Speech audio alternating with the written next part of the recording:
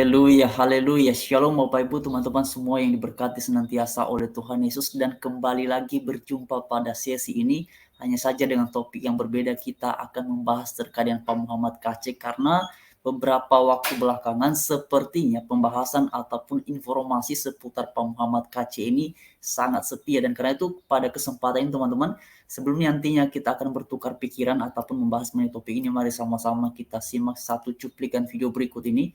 Walaupun kita sudah berterima kasih kepada kewarasan Hakim Tinggi pada Pengadilan Tinggi Bandung, kita masih belum setuju tentang penerapan pasal itu, pasal yang ditambah-tambah oleh jaksa itu.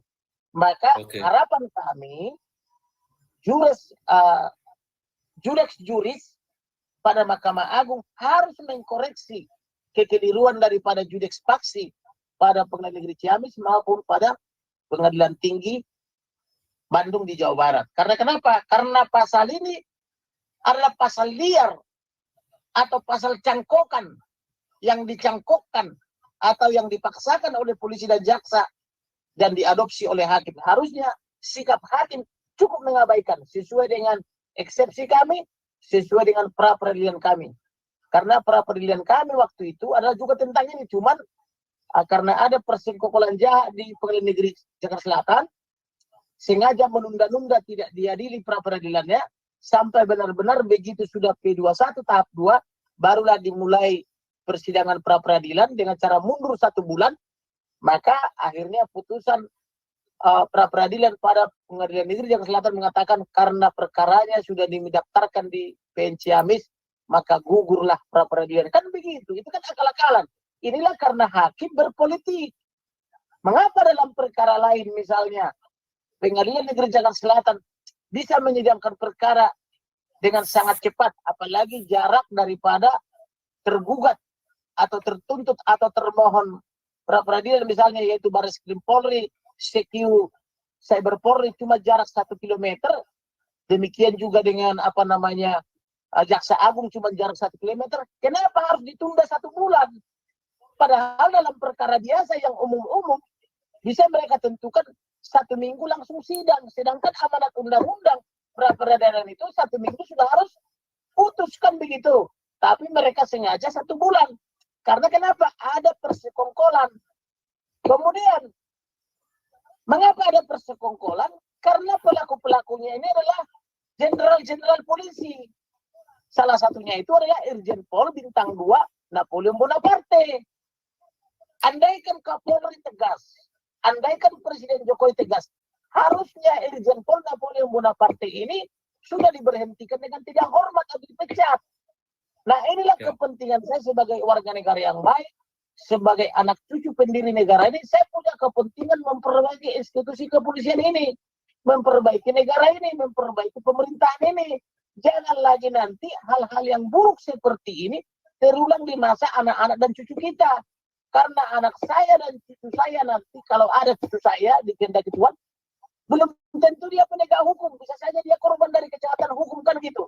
Maka supaya nanti anak cucu saya atau saya, termasuk cicit semua warga negara Indonesia, tidak menjadi korban kejahatan penegak hukum, makanya saya terus bersuara keras dan lantang, ayo dong kita perbaiki bangsa dan negara ini. Sebab tidak ada jaminan nanti anak cucu kita hingga cicit kita tetap menjadi penegak hukum. Belum tentu dia penegak hukum, bisa saja dokter, bisa saja dia ekonom, bisa saja dia pengusaha kan begitu. Tetapi jangan lagi terulang kejahatan penegak hukum yang seperti ini.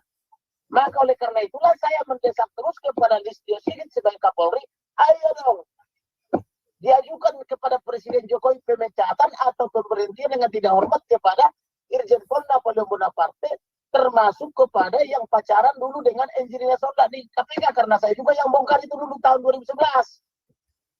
Gitu loh. Jadi jangan misalnya kalau pelaku kejahatannya berasal dari akpol berlapis-lapis perlindungan hukum, tapi kalau polisinya polisi reguler mudah dipecat atau dilakukan seperti tour of area misalnya gitu kalau dia melakukan pelanggaran disiplin kan begitu. Ini harus adil dong kita dong. Harus dilaksanakan konstitusi, dilaksanakan itu undang-undang dan diterapkan sama kepada setiap warga negara. Itulah yang kita perjuangkan Bapak Pendeta. Oke, nah teman-teman sebelum sama-sama kita melanjutkan Oke, nah teman-teman, sebelum sama-sama kita mendengarkan penjelasan dari Pak Kamarudin Simanjuntak, mari kita tanggapi ini tahap demi tahap dulu ya.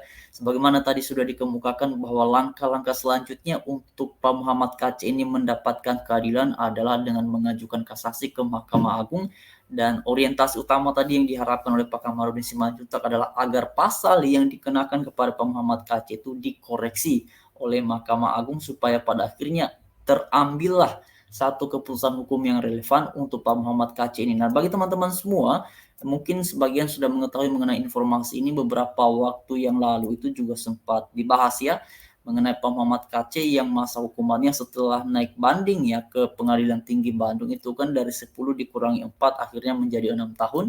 Dan itu adalah awal ataupun langkah yang baik untuk kita bisa berharap bahwa pasti ada keadilan bisa dirasakan dialami oleh Pak Muhammad Kacik, dan masih ada penegak hukum yang punya hati nurani yang bersih untuk menggunakan kekuasaan ataupun kewenangan hukum yang ada padanya, sehingga lahirlah keputusan-keputusan hukum yang berkeadilan berasaskan pada kebenaran. Nah, teman-teman sekalian, pembahasan tentang Pak Muhammad Kacik beberapa waktu belakangan ini memang sepi ya, ataupun saya lihat tidak ada kalau nggak salah ya teman-teman. Saya perhatikan memang orientasi pembahasannya itu berbeda, karena beberapa waktu belakangan yang menjadi fokus pembahasan adalah mengenai apa yang dialami oleh almarhum Brigadir Joshua, dan kebetulan yang menjadi tim kuasa hukumnya ataupun koordinator dari kuasa hukum ini juga adalah Pak Kamarudin Simanjuntak. Jadi memang nama beliau ini beberapa waktu belakangan itu luar biasa sekali ya.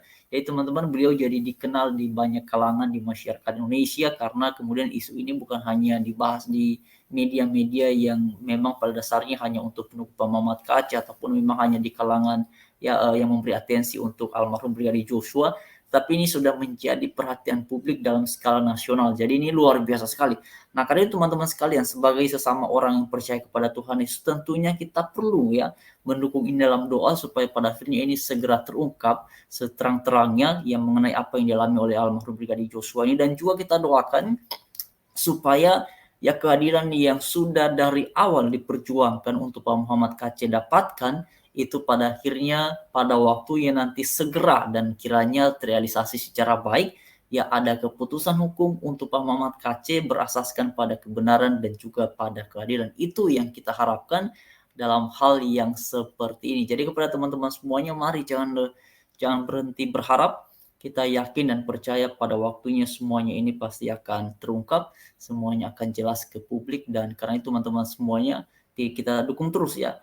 Dukung terus upaya-upaya yang dilakukan oleh Pak Kamarudin bersama dengan tim kuasa hukum lainnya. Kalau nggak salah, ya, kalau untuk kasusnya Pak Muhammad Kacik ini kan yang menjadi koordinator juga Pak Kamarudin Simanjuntak bersama dengan Pak Martin Simanjuntak, lalu kemudian ada Bu Desi, lalu ada Pak Febri ya putranya Pak Muhammad Kacik. Jadi ada 4 orang setahu saya teman-teman yang menjadi tim kuasa hukum yang menangani kasusnya Pak Muhammad Kacik. Itu pun ini memang ramai teman-teman. Di satu sisi Pak Kamarudin ini kan bersama dengan tim kuasa hukum lainnya juga harus menangani agar PMKC ya berjuang untuk mendapatkan keadilan terkait dengan proses hukumnya, tapi di satu sisi juga harus ikut menangani mengenai ya persidangannya Napoleon yang melakukan tindakan penganiayaan terhadap Pak Muhammad Kacik.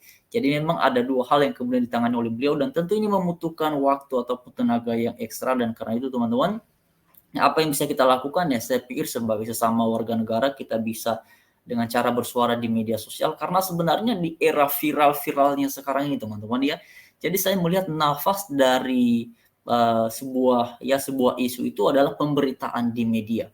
Ya kalau kemudian pemberitaannya menjadi sepi, maka teman-teman seperti yang kita lihat ya, banyak hal yang terjadi di kalangan masyarakat di sekitar kita. Kalau tidak viral ya banyak orang tidak mengetahui, tetapi kalau viral ataupun kalau ramai, maka banyak sekali pihak-pihak yang kemudian memberikan atensi, sehingga ini teman-teman menjadi satu dorongan untuk para penegak hukum mengambil satu sikap cepat, ya satu sikap yang tanggap dalam rangka memberikan penanganan ataupun memberikan solusi atas hal-hal yang demikian.